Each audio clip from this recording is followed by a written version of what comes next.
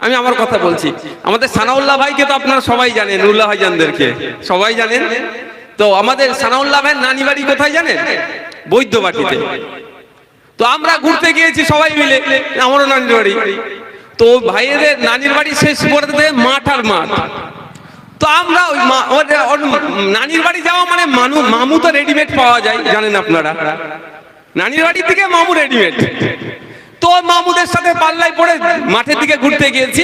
আর train line আছে এই বৈদ্যবাটি যেটা যাচ্ছে।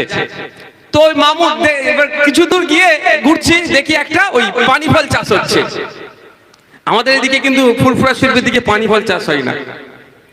তো আমি মামুকে আমরা বললাম, মামু পানি ফল খেতে তুলবো? মামু বলেছে হ্যাঁ তোলো না, আমাদেরই লোকজন, অসুবিধা নাই। আমি জিজ্ঞাসা করেছি আমরা যে মামু পানি ফল তুলে খাবো? বলছে হ্যাঁ তোলো, আমাদেরই লোকজন। এবার এপারে যখন তুলছি দিকে ওপার থেকে চিল্লাচ্ছে, ওই কারারে কারারে, ধর ধর ধর। আমরা দিক দিয়ে ছুটে পালিয়েছি। তো কথা হচ্ছে, আমরা কি ইচ্ছাকৃতভাবে চুরি করার জন্য তুলতে গিয়েছিলাম?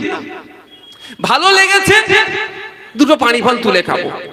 কারো ভালো লেগেছে একটা আম পাড়তে গিয়েছিল, তাকে পিটিয়ে মেরে দেবে ভাই, এটা মেনে নেওয়া যাবে? আর অসভ্য বর্বরদের রাজনীতির কথা বলবেন না, ওরা রাজনীতি করতে এসেছে। ও ভোট মিটে গেলে ছেলেটার কথা ভুলে যাবে। যদি এরা সত্যিকারের অর্থে হিন্দুরই যদি পাশে থাকার ইচ্ছা থাকতো এদের, তাহলে সোদপুরের তিলোত্তমা এতক্ষণ পরে তার বিচারটা পেয়ে যেত।